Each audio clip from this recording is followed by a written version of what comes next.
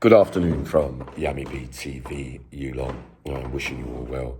Now, before I get into some breaking news regarding our own very Kevin Lane that's happened in the last couple of minutes, just to give you an update as to where I am with the addiction side of things regarding alcohol now.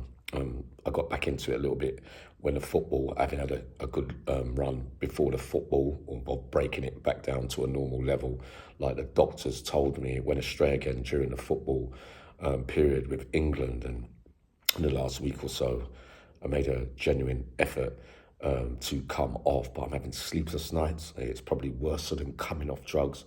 I've been having nightmares.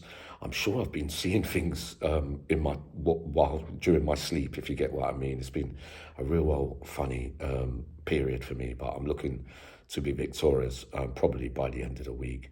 But again, just for today, one day at a time, I finally listened to you lot after years and years and years, right? So the breaking news coming in is that Kevin Lane has been moved from HMP Coldenley in the last few minutes, from the segregation, the block there, to a destination that he hasn't been told of yet, so I hear. So we'll know where in the next couple of hours. And if you not want, still email him and write him at that new address and support the campaign to get him back out.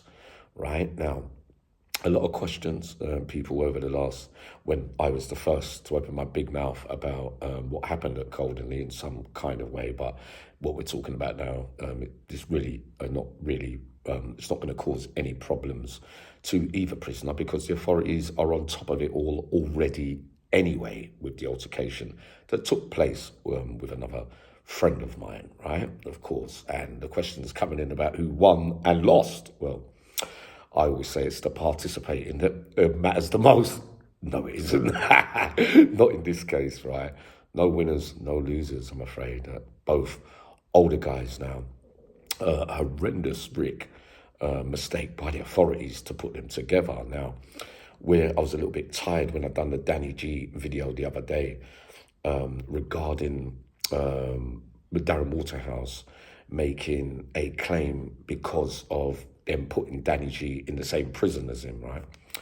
I might have got the prison wrong, actually, but it definitely took place. But that was where his grounds, as well as being assaulted, the compensation claim saying that they should never have been allowed to be put together, which is relevant to what we're talking about now with Kevin and Roger. So we know that it could have been a setup. It could have been like Henry Clark or DT said, that it was a mistake by a younger prison officer that hasn't checked out all the past things and the files and that kind of things. Regardless of all that, it's still a tremendous error.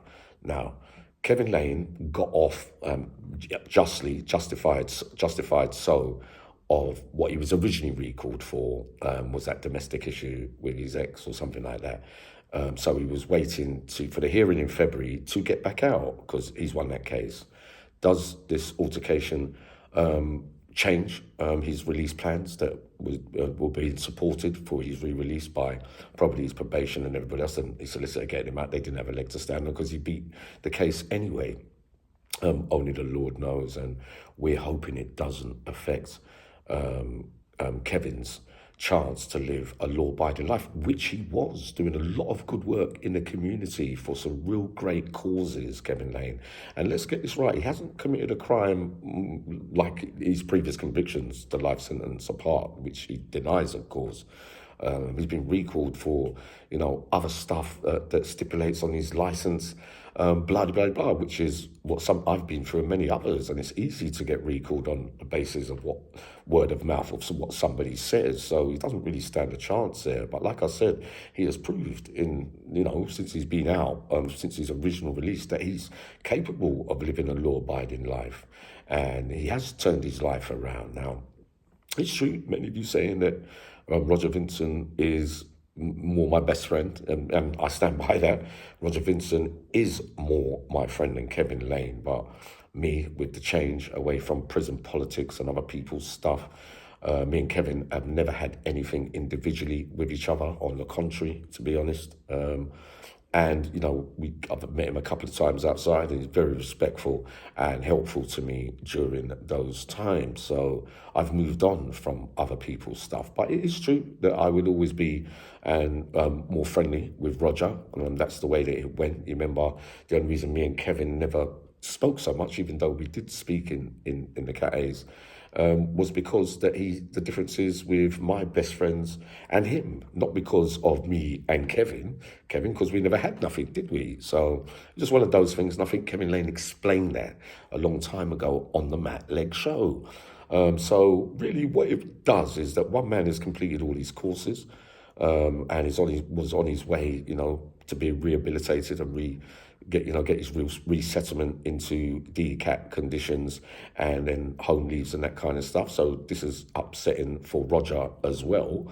And one who's been out already and been recalled unjustly, probably a couple of times, to be honest, then, we want both men to get a chance to put differences aside. And some of you will say, no, it's humanly impossible, but I say it is possible to put the past aside and let them both have a chance to live a law-abiding life on the outside. And like I realise, and many men that have come out and turned their life away from crime, that there is a life after, committing bad so-called deeds, and living a bad life previously.